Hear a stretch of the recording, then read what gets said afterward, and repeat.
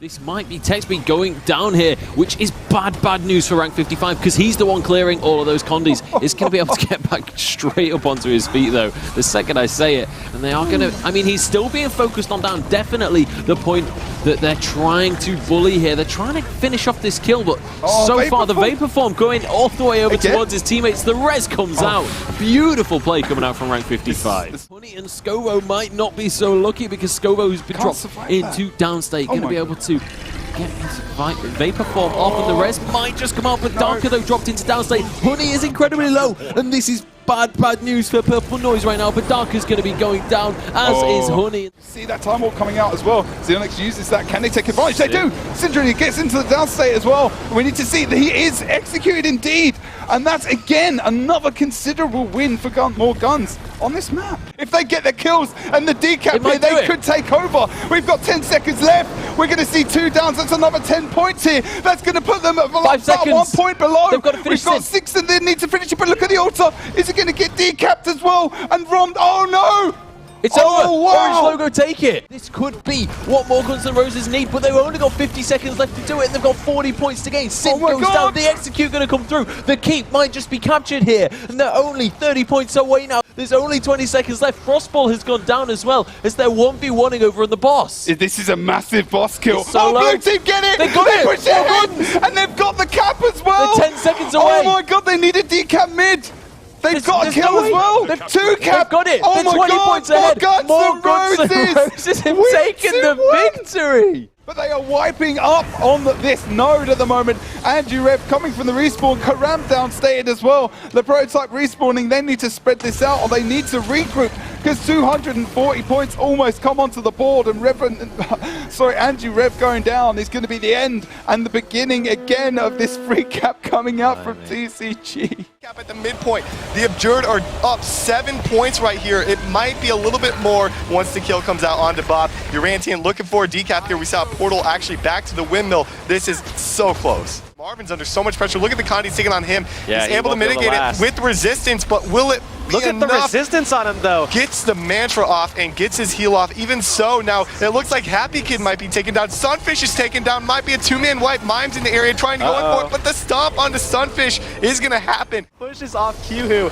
and they have the precog, and they have the 4 cap now, and they will be surging ahead. How things have turned so quickly. What is this game right now? We just saw a total domination from Zero counterplay. In that cap, Hypno's now under a lot of pressure as well. The 4 cap gonna give them the lead. Edison's moving over here as well. They want to make sure they secure this mine point before Q-Hoo, who is very tanky, gets on this node. Has Blink up in a few seconds. Might get on the node, does not, as Red Team will claim their first 2 cap of the game. Chieftain kill is going to go in favor of Blue Team. They're getting extremely close, but they need something now, and they need it quick. They need to get, this is it, that's game.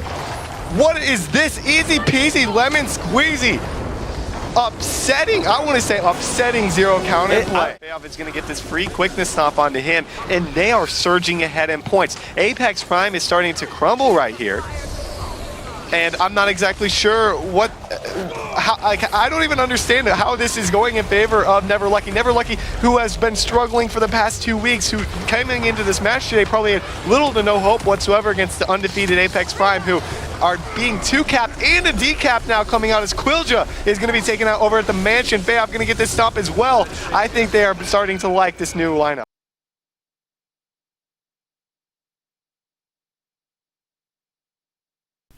Hello everyone and welcome to On Points, the Pro League PvP show, of course, hosted by myself and Heurix, caster from the NA. I'm casting from EU, of course. How are you two doing today, sir? We're not in the interview yet. That's for sure. Are you alright, mate? Sorry. Oh wow, that beginning. Some awesome highlights, man. Oh yeah, my man, god. That was good, man. That was good for sure. Yeah, I'm doing great actually. Yeah, I mean, been an interesting week for Pro League for sure. Interesting week. That's what we're going with. That's what we're going with until we get to the results and whatnot. But otherwise, I think the highlights and everything that's been going on in Pro League, especially like in the last 2 weeks for EU. We've seen Orange Logo take another defeat as well. Obviously, you saw the highlights there. You saw as well really how things are starting to heat up in the EU region especially, but also NA, you know, those couple of games highlights that we saw there on that Temple map especially was pretty intense. I mean, you know, we saw some last minute change-ups, some comebacks as well. We saw the same on EU between Orange Logo and More Guns. But what we're going to do very quickly is we're just going to jump into the results so you guys know exactly what we're talking about. We're going to cut this down a little bit quicker because we've got Fantaram and we've also got RG from Vermilion. Obviously, these guys are in the top end of the table. We're going to talk to them in a bit, but we're just going to quickly run through these results. So you can see on the screen at the moment, Rank 55 Dragons took 2-0 versus Car Crashed. That was fairly expected, to be honest. Pretty dominating games for those guys as well. Also, we saw Vermilion versus Purple Noise again. You know, a series which we felt like was pretty much already known, the results of that. But Purple Noise is, interestingly enough, brought in the Dragon Hunter. Honey changed class. She was playing Staff Elementalist, and she changed onto Dragon Hunter, which I made a big, massive deal out of during the cast because we don't have Dragon Hunters on EU UX. It's just not done. I have a lot of experience with Dragon Hunter, and the experience pretty much has dictated the fact that it doesn't work, man. It doesn't. The biggest thing is that Dragon Hunter is basically hard countered by Tempest, which, I mean, all the top teams are running a Tempest. And then you also put in all the Condi Revenants. All of those Revenants are going to be able to, I mean, pretty much hard counter the Dragon Hunter as well. They might be able to take some 1v1s, but for the most part, I mean, when you get those double Condi Revs on you, there's really not a lot you can do. So I don't really like the pickup of Honey going to Dragon Hunter, and it might have worked a little bit, but I feel like she was just downstated a lot of the time in the second match, rather. I think that some of the time as well, they actually left her to try and to see what she was going to do because, you know, experience is a thing, obviously, and Dragon Hunter being a newer build, and especially to her as well, they weren't too worried about her focus. And like you say, you know, I think there's too much Condi pressure, and even the Staff Elementalist, maybe switching one of the other guys out might have been, you know, another option for them as well. But I think they're still really working out their comp and how they're going to play and actually, you know, cope to stay in the Pro League because obviously they are the bottom end of the table. We'll have a look at the standings later. Of course, you know, our featured, actually, maybe it was kind of a featured match, but I think Orange Logo versus More Guns Than Roses was going to be, we expected almost Orange Logo to take this, but judging by the past week, of course, you know, Tage not being in Orange Logo or not playing in Orange Logo at the moment due to some issues, of course, means that, you know, the core team members of that team going down to really Denshi and Rom now. Of course, Frostball is new and so is Ferro as well. And that really, it's been very difficult for those guys, I think, to come back and to be, you know, energetic in their team and to be able to get that focus that they've really needed. You know, Rom's playing a Druid where he can't really be in the team fights, and he feels like he's the main man to push this team forward. So now they've got to put that role onto someone else in the fights they're getting around the map. And I feel like their comp is in a little bit flux at the moment. Maybe, you know, Druid isn't feeling as strong as it did before because we've got different roles. You know, we've got this Condi bunker meta now, which changed from this power kind of bunker almost meta that we had with Druids and Ellies. And it's really changed a lot, even in the last couple of weeks, just with, you know, the Mesmers coming out, which we all know about. So I think they're struggling. They're in the point now where they've lost two series, in the league as well. And I'm not sure if they see themselves getting up a lot higher. They've still got some big games to go, big series to go as well. And I think a lot of people aren't expecting them to be top two, that's for sure. Yeah, I mean, I'm sure we'll be talking about the top two, especially from EU side of things, in just a bit. But, I mean, just to touch on it real quick, I mean, Orange Logo in the position where they're in right now, I mean, first of all, I don't think anyone aside from TCG really has a shot at breaking that top two away from Vermilion and 55 because, I mean, at the end of the day, these guys only have really, I mean, a few opportunities to actually take games, and it's just there's not a lot of chances left for them, and the fact that they're 2 games down, they're already very far behind. I'm not sure if Orange Logo can now make it back. I mean, especially with this really I mean, kind of sad loss to More Guns Than Roses, which, in my opinion, they shouldn't have lost to. I mean, in all fairness to More Guns, though, they played absolute corker of a series. They played so well. They played out of their skin. I mean, it's the best I've ever seen them play.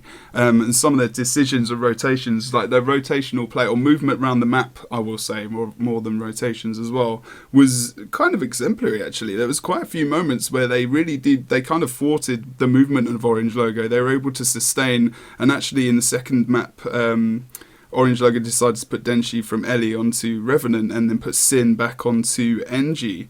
So we had a different Revenant team. It was Farrell and also Sin on Revs, and then they had Ellie being Denshi. So, you know, again, it's kind of like, oh, who's now calling the shots? You know, you've got Denshi, and then you've also got Farrell as well. I mean, you know, Sin's more in 1v1s and smaller skirmishes, and the team fights is not so involved, but obviously there from time to time. So, you know, there's a getting used to the roles, and, you know, this is we're seeing in the previous match too, where Vermilion are actually known as the more solid, consistent team in the Pro League now, which is almost interesting to say in itself.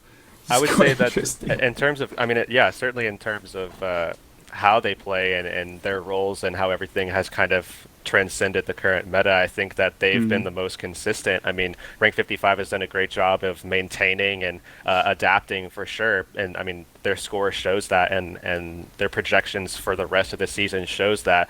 But yeah, Vermilion, in my opinion, has been the team to beat in EU for the entire season, at least in my opinion. I mean, they've been doing quite well.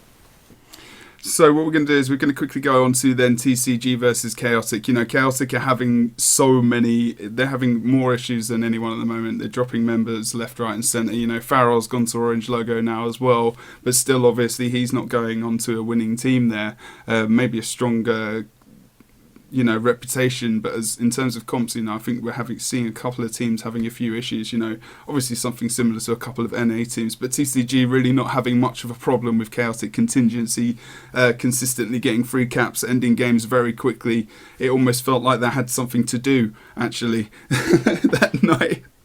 Like going out for dinner or something, they really needed to get outside because they finished those games so quickly. They were very dominant, and Chaotic Contingency really, I think it's going to be those guys at the moment in Purple Noise who are fighting to make sure they can actually stay in the Pro League towards the end of the season. Obviously, we've still got a bit of time to go. But let's just jump over to NA quickly as well. And do you want to run through these results for me quickly, mate?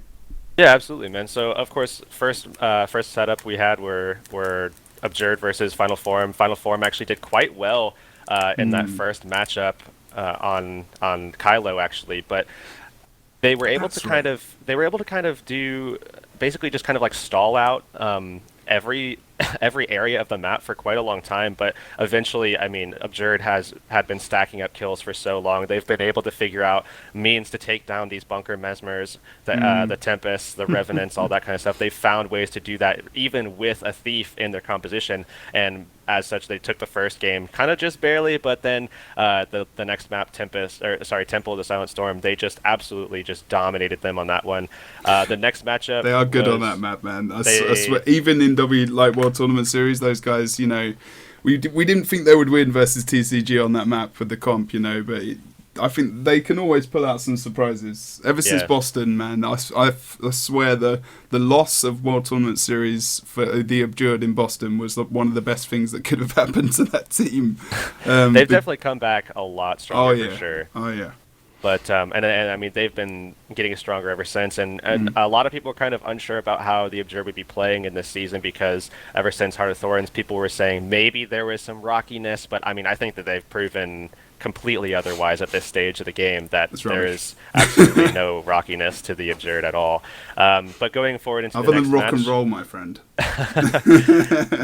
we had PZ versus Spooky, and this is a matchup that I considered to be the feature match of the week. Definitely was going to be the most interesting one in my opinion. PZ, I mean, pretty much just it looked almost the same as the Absurd matchup, where the first match was interesting, and then the second one was very much not interesting. It's just trying to weigh out the comps, isn't it? And weigh out how they're moving around the map. Well, the thing is that these compositions were identical. It was a mirror matchup, and PZ just played it better. They just played it that much better and took it 2-0. And this is actually the team that I think will get second place, despite going 0-2 in the first 2 weeks. Right. I think they're going to get second place, and I'll explain how this will happen in a moment. But the next matchup would be Easy Peasy versus Zero Counterplay. Zero Counterplay actually did quite well, in my opinion.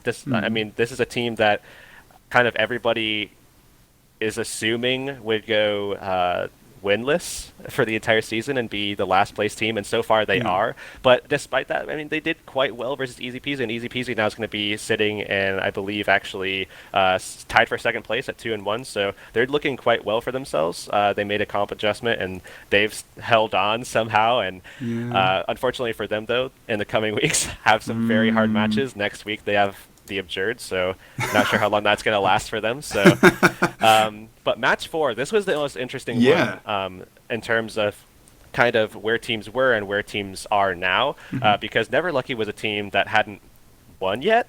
Yes, oh my god, exactly, and have been very, very unlucky.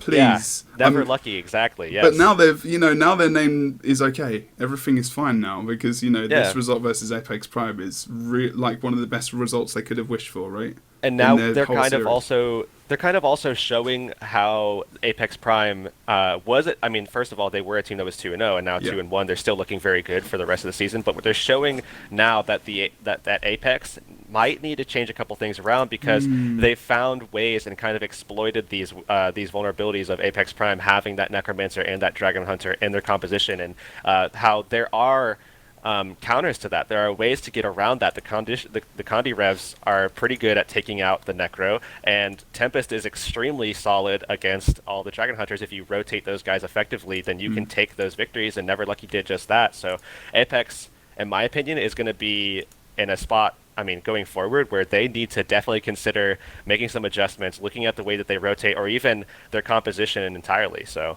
you're running all the things over in NA right at the moment. It's all the things. Thieves, Necros, Guardians, Dragon Hunters. I mean, we can't say much about that either. But what we're going to do is we're just going to jump over to the kind of leaderboard that we've kind of made up here as well. As you can see, it says first. Now, on the league leaderboard, which we're going to start doing in a bit more in future because it's going to be a bit more broken up. Now, the teams are in order of the league leaderboard at the moment, but they're equal on points. If you get a win in a series, of course, you get 3 points. Obviously, if you lose, you get 0. But at the moment, Vermilion and Rank 55 are at the top there in first position with 3 each. Vermilion winning some more games than Rank 55, of course, as well, because obviously, they lost a game to TCG, but not series. Then joint third, we've got TCG and More Guns. Now, More Guns being that point of the table above, halfway isn't really where we expected them to be. So that's kind of a surprise at the moment. But obviously, future matchups, they've had a really big one. And that's one of the most, most of these teams' games, most of their important series, the top tier, the top 4, are against those other 4 teams, of course. But, especially for More Guns, they need to win those games against the bottom guys. If they can get anything against, Vermilion, Rank 55, TCG, or Orange Logo, they're pretty much guaranteeing themselves almost the fact that they're not going to get demoted from the Pro League, really, in all honesty, because that's a massive win. If they can beat one of those teams, then they've got to be confident about picking up maybe 1 or 2 more wins during the season.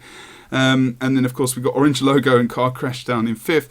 Orange Logo are in dire straits at the moment. They're not in a position, really, to fight for that top Pro League, placing, because we've got the Vermilion, Rank 55 and TCG are going to have some big losses for them to come back.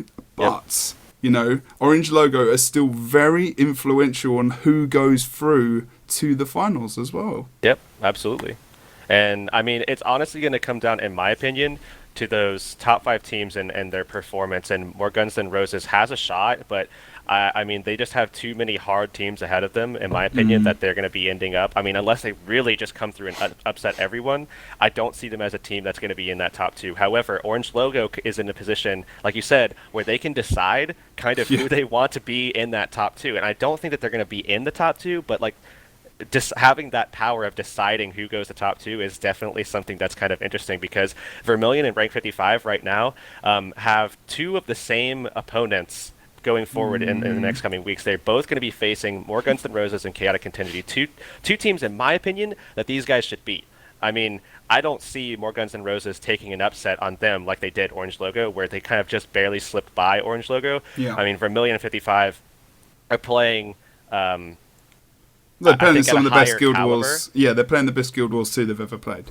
In my Yeah, opinion, so definitely. those guys, in my opinion, are looking at 5-0 in that stage. So Yep. there's only 2 more weeks left. So then you have Vermilion taking on TCG, and that's where TCG has the opportunity then to actually make it into top 2. If they can push Vermilion out and then hope that 55 can beat Vermilion in the last week, then they have a shot at getting top 2.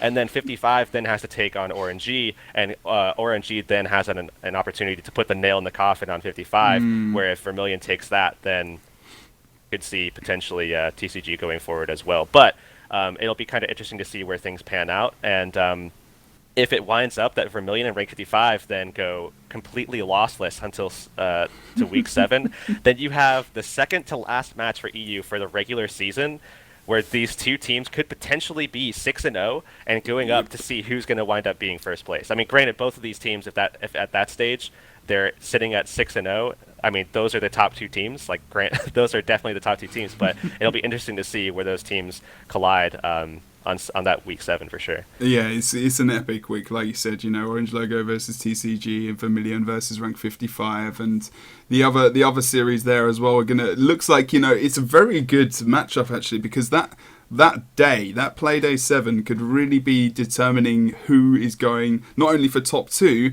but who's going to be going down potentially from the Pro League as well, and who has to fight for their places in Season 2, of course, which is next year as well. So, you know, really interesting stuff, obviously, in the EU as well. So let's just jump over to the NA, which, you know, obviously, the Abjured, I think we're just assuming that these guys are going to be first. Yeah, so the Abjured has, in the coming weeks, Easy Peasy, Spooky, Apex, and Never Lucky. And granted, Easy Peasy should be a team that they beat. I mean, technically all the teams are teams that they should beat, especially with Apex kind of faltering and realizing now that they have ways that their composition can be exploited. And then, of course, Never Lucky is a team that, in my opinion, they should beat. It's really kind of coming down to Spooky with that same composition that PZ is now running, where PZ actually did quite well in scrims versus the Abjured because of the way that they play. It's very kind of I don't want to say a counter to what Abjured does, but it's definitely proven that it has some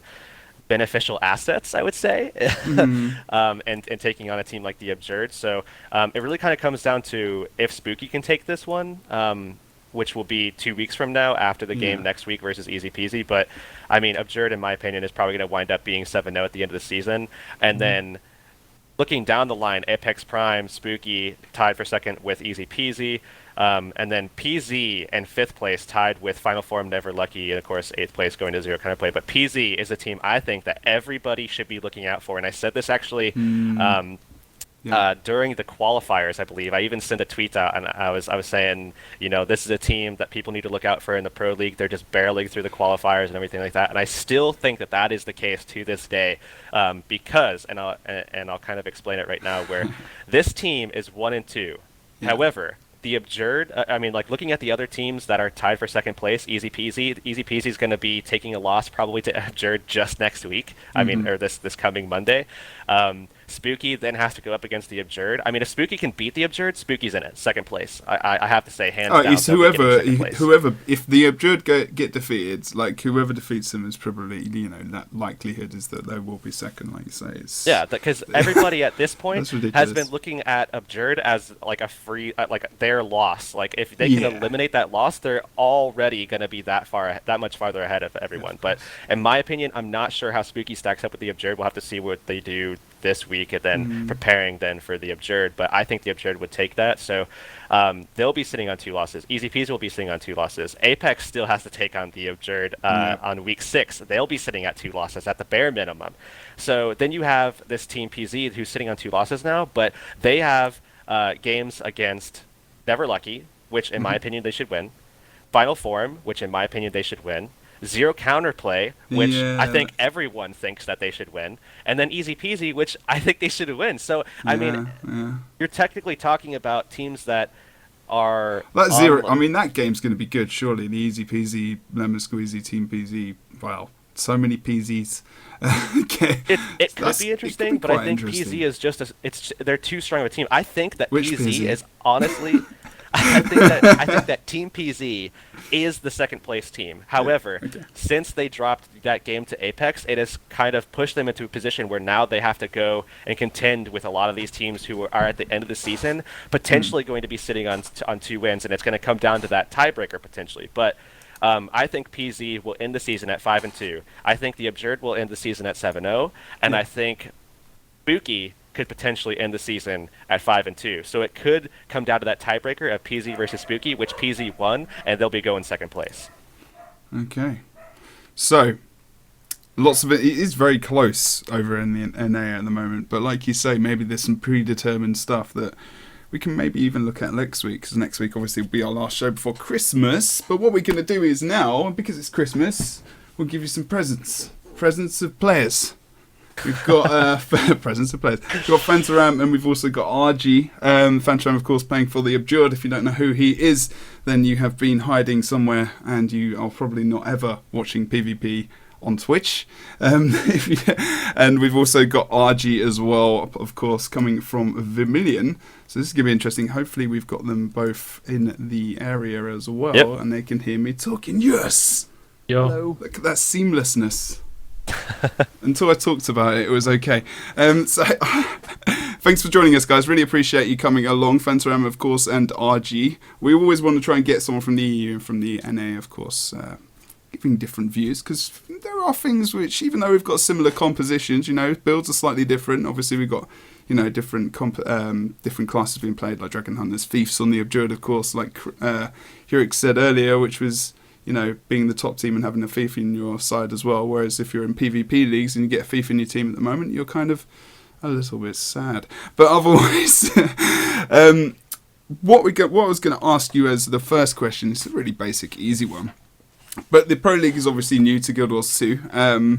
Both you, Fantaram and RG, are now at the top of the league table, essentially. Obviously, Vermilion sharing it with rank 55.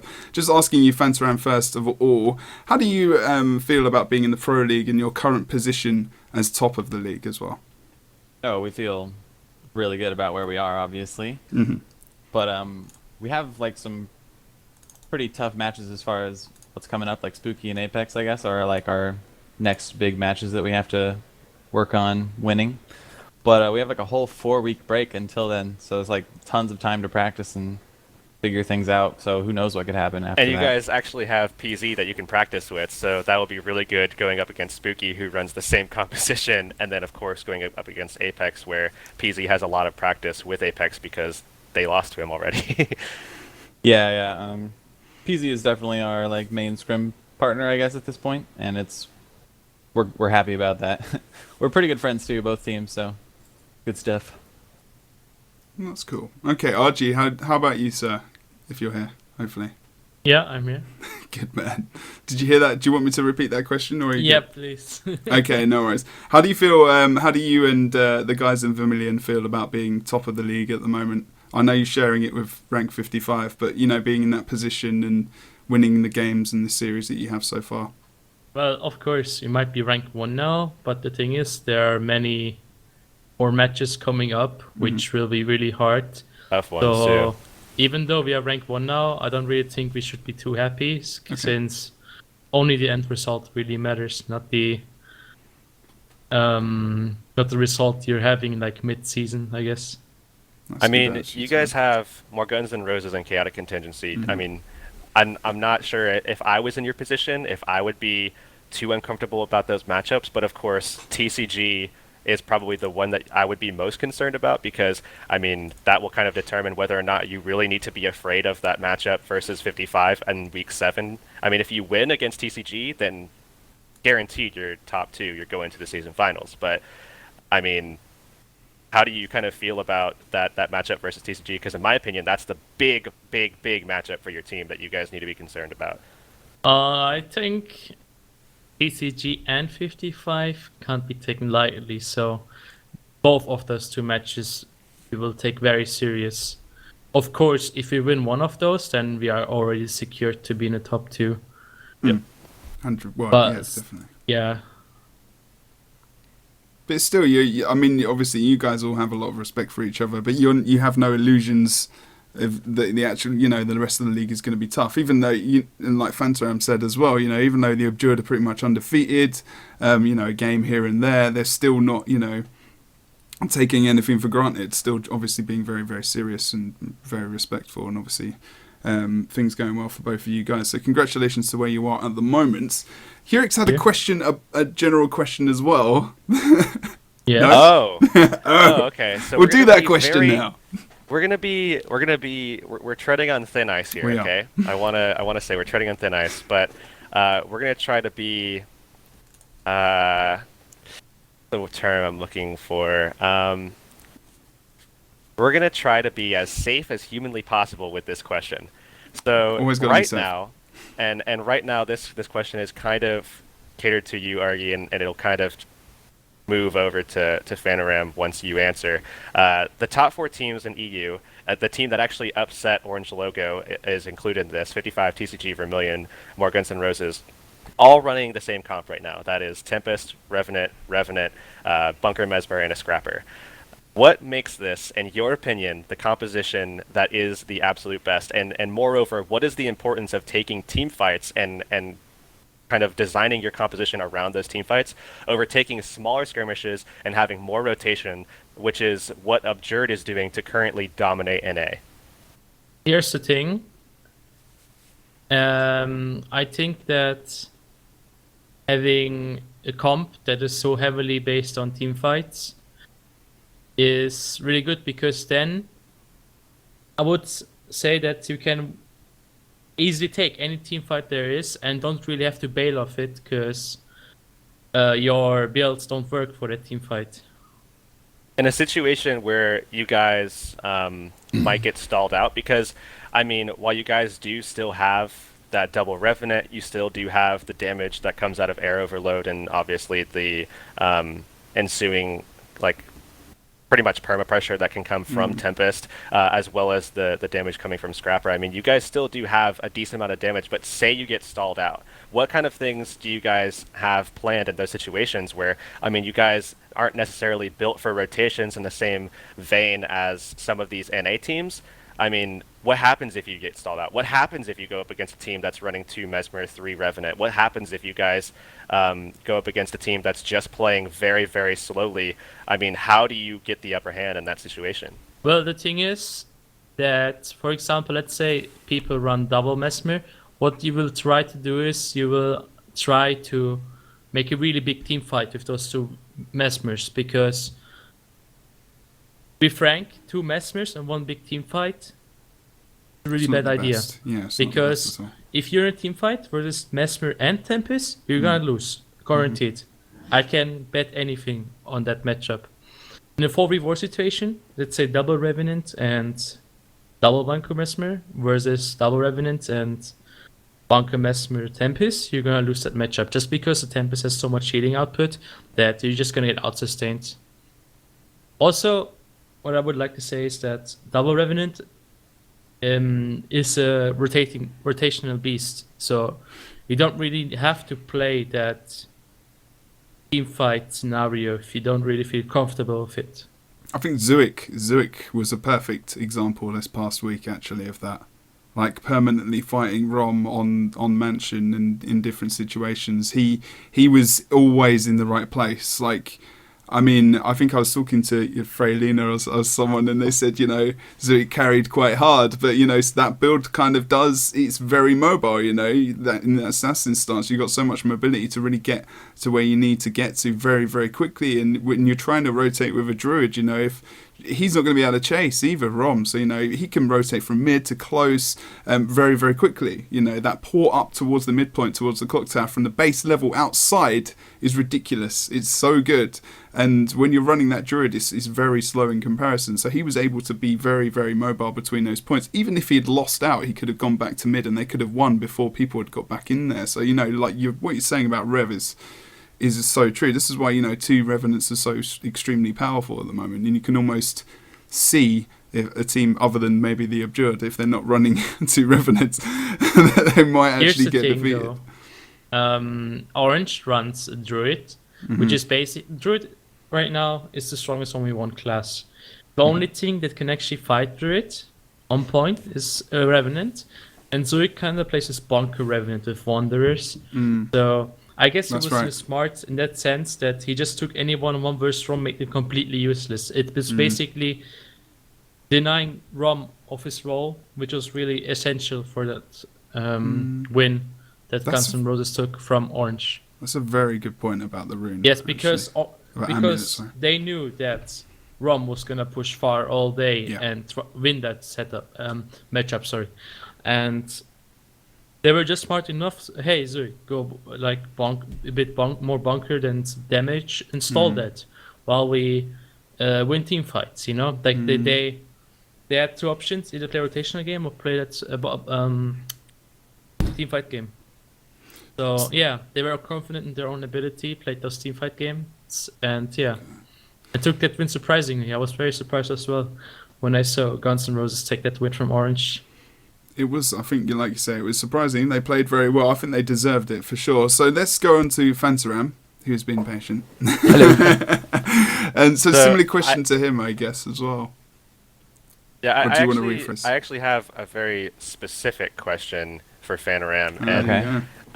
Okay, so you guys have right now you guys are playing Tempest, Thief, Revenant, Necro, Scrapper, which is a composition that a lot of people in Europe are looking at and saying, what is even happening right now? And I mean, the people who have seen it in North America have seen Toker do quite well with the Thief. We've seen some, I guess I'll say, innovation in terms of what Toker has done. We saw the Shadow Trap last week, definitely very interesting on that Temple map, of course. But aside from that, I am very aware of the fact that you guys have the ability to adapt, and you have even mentioned it yourself. You have a lot of time in between now and some of your really, really, really important matches like Apex and Spooky, where you can potentially practice. And how do you guys feel about going to a composition like Tempest, Revenant, Necro, Scrapper, or even, and I know Nos has a little bit of time with the Mesmer, I mean, would you eventually kind of gravitate towards that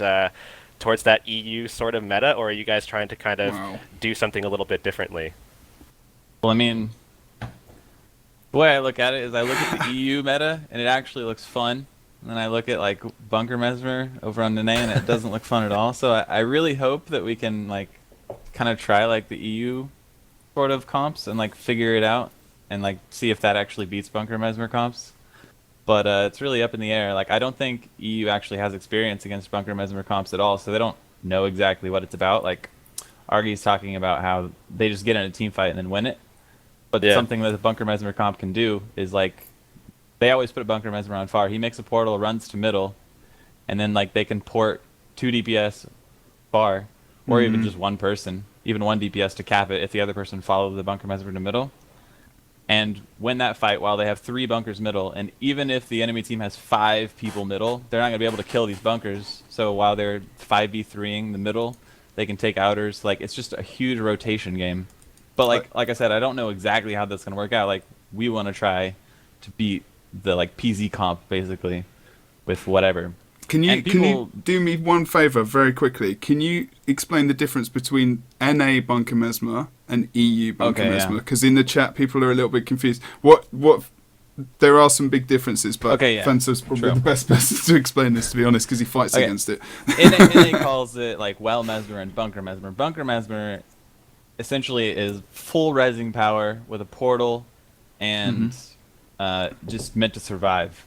Like, if you want to 2v1 it, it's going to take you a really long time unless you are, like, 2 really high DPS classes, like double, like, Condi Revenant or something. Yeah.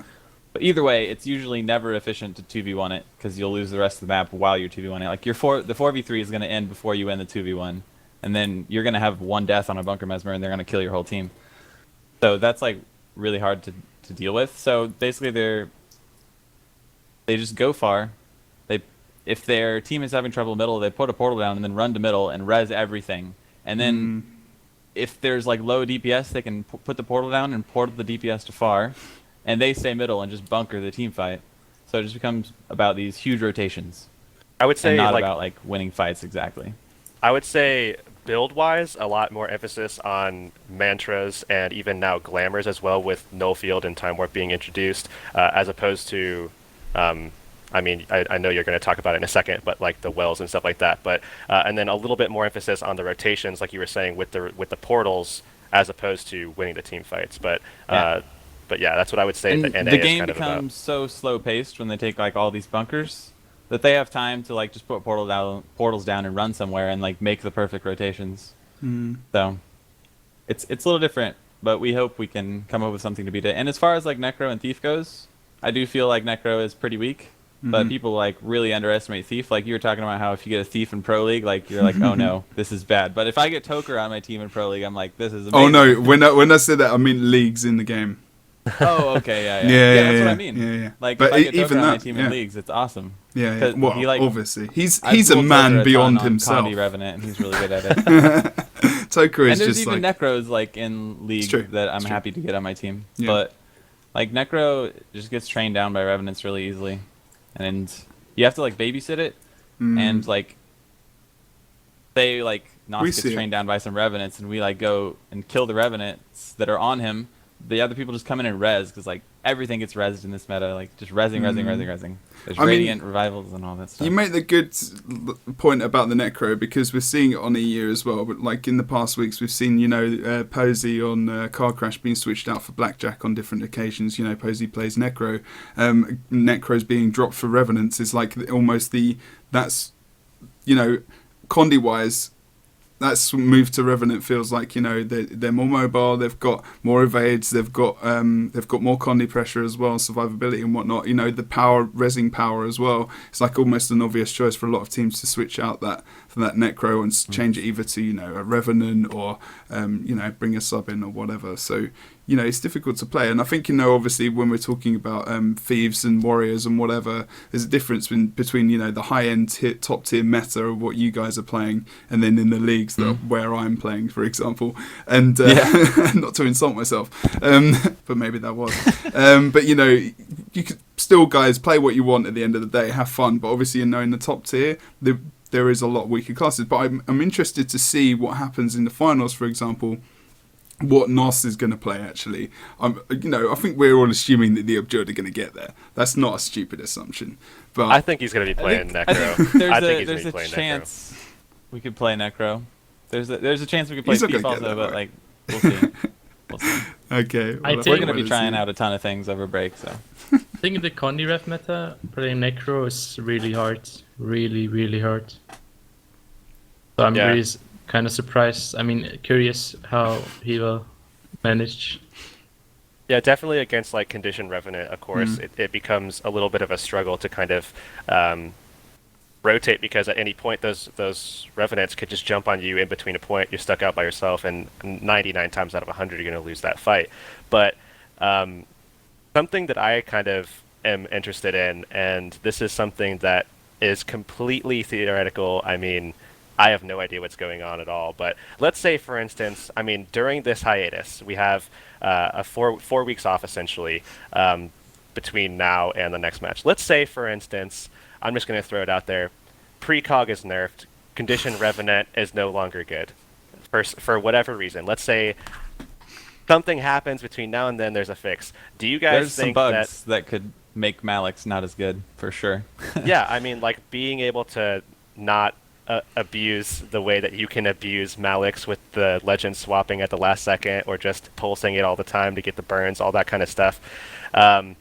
Anything like that, like let's say all that stuff is thrown away to the wayside. Precog no longer prevents capture point ticks, all that kind of stuff. Do you think that any teams would have trouble adapting to that? Do you think that teams right now are kind of doing that well because of, I mean, what's going on with the Mesmers and the condition revs? Do you think that any team is going to be shooting far and away past everyone? Because, I mean, obviously in my eyes, if something is to happen over the course of the next 4 weeks, with something like that being changed, of course, Abjurd is going to be far and away better than everybody else. I mean, even more so than they are right now. But both for EU and NA, do you think any teams would have a struggle kind of coming out of Here's that? the thing. If Condi Revenant kind of keeps things in check right now, so for example, it forces Alex to go Diamond Skin. It forces Necro kind of out of base, and or it kind of keeps in check, and it kind of keeps Druid also in check. So let's say Condi Ref got nerfed to hell. Then the next meta is going to be more 8s and more bunkerish with like double Druid, Boneheart Ellie. Like, I think if they shouldn't just nerf Malix, to be honest. It just needs a few tweaking. It shouldn't get destroyed. But if it gets destroyed, it's going to be to the team that finds the more 8s stuff. And it's not going to be more like skill. Like right now, it's more about outplaying each other on a year at least, because everyone plays the same comp. I actually completely disagree. I think if the changes you said go through, it'll actually be much more DPS. Like, I was just thinking about how our current rev, comp, that kind of thing. Well, I was just thinking about how our current comp with Necro Thief is affected by the changes you said, and I think we would just do way better. Well, like, Stoneheart Alley, it's like already... One of the biggest things for Necro is if you're getting trained down by 2 people, usually you have to run to the node and like get rezzed by your teammates and just cleave while you're doing it. Just cleave everything. Like this, we did this in the other metas where Nos would like run to the node, just start cleaving everything. He'd go down, we'd res him, and then since we cleaved everything so hard, they're all really low, and we can like win the fight after that. But in this meta, you go to the node and there's a diamond skin Ellie, and there's no cleaving that. Like so, and he just heals everybody around him. So it just becomes like really tough for the Necro. But I guess Necro would get more viable again once Colony Ref would be destroyed. And Druids are bad against Necros, so I don't know about that whole double Druid thing you're talking about. Well, there are builds which I just don't think people look at things from a Necro perspective a lot, because that's true probably. Other teams don't want to run it, so like our team's looking at it from like how does that affect Necro? Yeah, because Nos, I mean, Nos is honestly in like a whole different arena when it comes to playing Necro. I mean, there's not a lot of guys that can do what Nos does, and honestly, Necro would be in the same position where Conditioned Revenant is, where you're saying now, where argue you say Conditioned Rev kind of keeps everything in check. I would say that in that position, like if we see those kind of changes come through, that Necro would then be the thing that keeps everything in check, because you would have players like Nos, you would have players like Sunfish from Spooky and that kind of stuff, at least for NA, kind of keeping that kind of meta in check because of the way that Necro would kind of come forward in that sense. And we'd actually see a lot of things change as well in EU League. Here's we've the thing, got 2 Necros as well in our scene at the moment. It might see a bit more fun Necro kind of keeps bunkers in check. Like, Necro like completely destroys bunkers, so in a sense it's right, but also Viper Revenant kind of took over that spot, and it's more mobile as well, and does everything all the classes do as well better in some sense. Okay. But the thing is, there's like in that what I meant with the Druid thing is like Druid is very... You can trade Druid so differently that it will be good against Condies, for example. Or like you can basically hot counter anything you want. Or not really hot counter, but like it can be good against anything. And also, if you like get one bad proc, then the Bristleback will basically one-shot you. It's like what Rom does. Especially with like 24 minutes. The big thing about Druid, in my opinion, is that like while it is good against most things, I actually do agree with Fanaram entirely, where I think that Necromancer is a really strong class against it, because the only thing that keeps the Druid alive is when it's in Celestial Avatar form and its ability to sustain throughout. And the thing that will take them down in that scenario is CC, and if you can CC a Druid in Celestial Avatar form, that is a dead Druid 99 times out of 100. Yeah, I will give it. And the thing is that they have the shout, which will be consistent stab, but outside of that, they don't really have a lot of opportunities where they can actually stay alive. I mean, some Druids might take Sign of the Wild, but that is easily corruptible in that sense, and you might see other forms of stability become corrupted as well, and that will in turn, actually, in my opinion, be the reason why Druids can't. I mean, you won't see those 2 Druids. You won't see that because people can run a Necro and just corrupt the first set of stab and probably just CC them down in 3-4 seconds and kill them instantly. I think the point I want to make as well very quickly is that we have 2 different regions here. and that there is there are actually big, massive differences in play style. There's a lot of disparity for sure. And even with, the Mosma bunker build, like we play a completely different to NA, even Druids, Ellie's, everything is almost played in a different way. And even, some of the rotations to a degree as well. Obviously there's the basic rotations, the basic, combination of what you're doing and how you team fight with the matchups as well. But like in NA, there's a lot more experimentation. I think things like Abjurd playing Thief, obviously Thief and Necro in that team that we're talking about there, whereas Boogie on with EU, double Necro, yeah, at exactly. And like which the real benefit, and this is going to be one of the last points of the interview as well because we need to keep moving on, but towards the finals, that's what's going to be really interesting. If Necro does get into that position where it's going to be able to be quite powerful, the top teams at the moment in EU aren't running that. So that's going to give them a massive advantage because in top teams in the EU, if we don't switch to Necro, something like a double Druid might actually be possible just because we don't play it. Like it's not actually, you might see people switching to it, but will that be beneficial 3 weeks towards the end of the Pro League and then the finals when you have got hardly any experience on Necro compared to say someone like Nos? It might not even be that useful. So there's all these like big differences between the regions as well. So, massive differences in how people are going to react if this is even going to happen. Which we don't know. You never know. It might not, might do.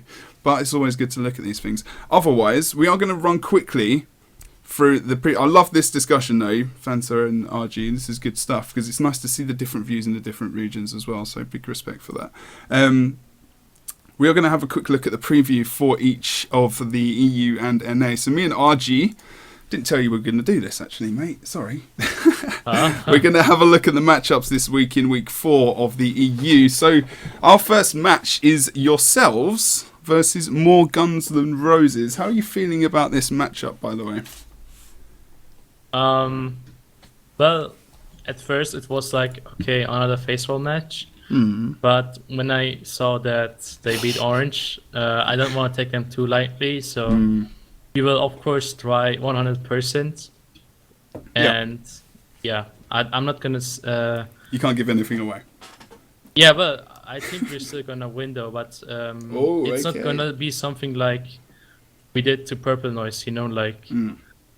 don't wanna trash talk anyone, anything, but like right now, I don't see them as lightly anymore. Okay, so they're really this team's like a very true underdog story coming out so right now. They have some really good players. Some are better than the others.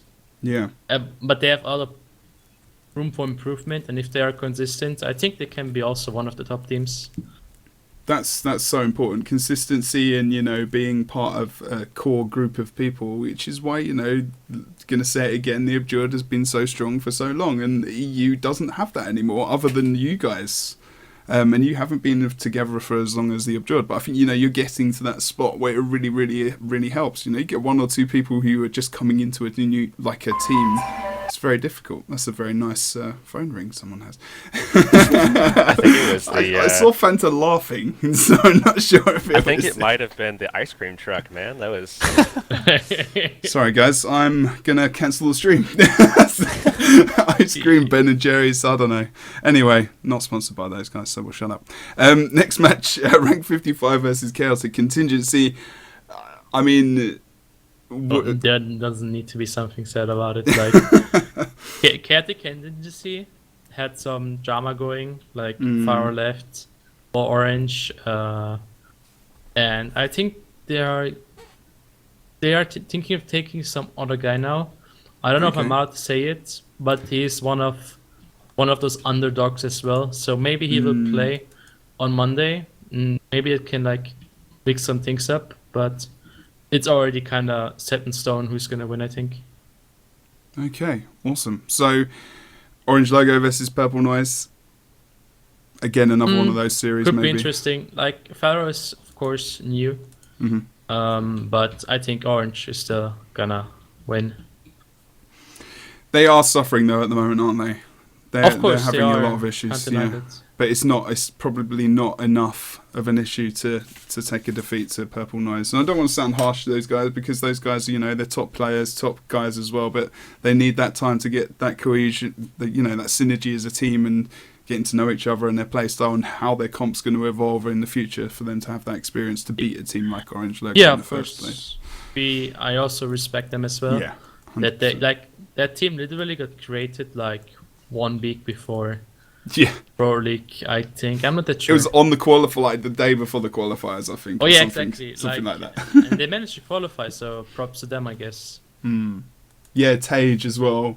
And if anyone knows Tage, and just best wishes for whatever's happening. I have no idea what's happening, but I hope he's all right. Obviously, I haven't seen him for a while, so we send our good wishes to him. So final game as well, final series, Car Crash versus TCG. Car Crash maybe have been a little bit surprising. Car Crash has improved really well. I think that they should probably play with Blackjack for now because of the Condiref meta, just because that Necros really just gets trained hardcore right now. So it would be really a good choice if Car Crash should play with Blackjack on that Bunker Mesmer. And that's right. Who knows, maybe they can even win. I've seen them improve over time. And I'm actually kind of surprised how well they improved since they came back to the game. They're pretty bloody good under pressure, these guys. They've got experience. They've got a lot of experience in that team. I think Car Crash is going to be one of those teams in the future seasons of Guild Wars 2 that we're going to see grow and grow and, start to rise in the ranks of the league, of course. I think they've had a couple of surprising results as well. If they are consistent, they can be up there. But right now they're just missing that one little tiny bit, I think. Just finding their place. Okay, right. So, Heurix and Fanta, if you want to run through the NA weeks very quickly. Yeah, obviously, man. Fanta might not have that list in front of him, but Heurix is going to go through it. I got it back. You got it. We're bros right now. So, first matchup that we're going to have for NA next week is going to be PZ versus Never Lucky. I think PZ is, like I said, a team that's going to end up 5-2 for the rest of the season. I think they're going to take this one. What do you think about this first matchup? Yeah, I agree. I think PZ is extremely strong, and they'll probably just go 5-0 for the rest of the season, like you said. Or wait, they're 1-2 right now, so yeah, 4-0 for the rest of the season. Yeah. Yeah. I mean, Never Lucky is a team that has had a lot of struggle kind of figuring out where they want to go, because they've had a lot of roster instability. But with Steel and with Feob, I think they're finally going to be able to hit their stride. I just don't think that they're going to be able to hit it in time for this matchup against PZ. Looking at the next matchup, though, we do have Apex Prime versus Spooky, and this is, in my opinion, kind of really, really, really interesting because these teams are both 2-1. Spooky has, in my opinion, the upper hand because of Apex's comp. I think that they'll be able to exploit it, but Apex is still a really strong team. How do you kind of see these teams? How do you see this matchup? Well, just from watching OEG stream, I know that Apex plans on changing things. So it depends how much they want to change or how much practice they get in before then. But PZ has a ton of practice. They have the most experience on that comp out of anybody, I think. So if other teams plan to just mirror it completely, they're going to need more time, I think, probably, to beat them. But we'll see. Yeah. Do you think that Spooky is going to be able to beat Apex Prime? And if so, do you think it's going to be close, or do you think Apex will be able to hold off? Yeah, I think Spooky will probably win, yeah.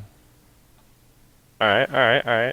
So far, we are kind of thinking in line, at least at this point, but it could change. I mean, Zero Counterplay versus Final Form. I say Final Form takes it, although Zero Counterplay has done a lot better with every week. I mean, they've gotten a lot better, but Final Form is still one of those teams that's playing that composition that we're talking so much about in NA, or potentially could play that composition. And I'm not so sure how I feel about Subcutie on Revenant still. I don't know how you feel about it, but I still think that despite all of that, Final Form is going to be able to hold off and take a win against Zero Counterplay. How are you feeling about it? Yeah, that's almost the same as Spooky versus Apex, I think. Zero Counterplay is probably going to change a lot of stuff. Right. We'll see how that goes. And yeah, like you were saying, one of the weaknesses Final Form has, I think, is their Revenants just weren't that experienced compared to other Revenants, or at least Subcutie, like he just started playing it. Right. So maybe Zero Counterplay will have like really good Revenants, and like the Bunker Mesmers, you know, they do their thing. Last week we actually saw Moobs drop a 1v1 to Feoff, who's not rank 80 and is equally, I would say, as inexperienced as, I mean, pretty much anyone on Revenant, I guess, but has, of course, gotten a lot better over the course of the last 2 weeks. Yeah, I actually, like, just a week after the expansion came out, Feoff randomly whispered me and was like, hey, you want a 1v1? And I was rarely in the mood to actually 1v1, and it was before people started playing Condi Mesmer, or Condi Revenant, and it was just power Revenant, and he did pretty well against me, so I think he probably has more experience on Revenant than a lot of people think, but maybe not on Condi Revenant. Like, he might be sort of new to that, I don't know. All right, and then the last matchup, of course, your own team right there going up against Easy Peasy. I mean, I know you probably don't want to BM, so I'll do it for you. I think you're going to trash him.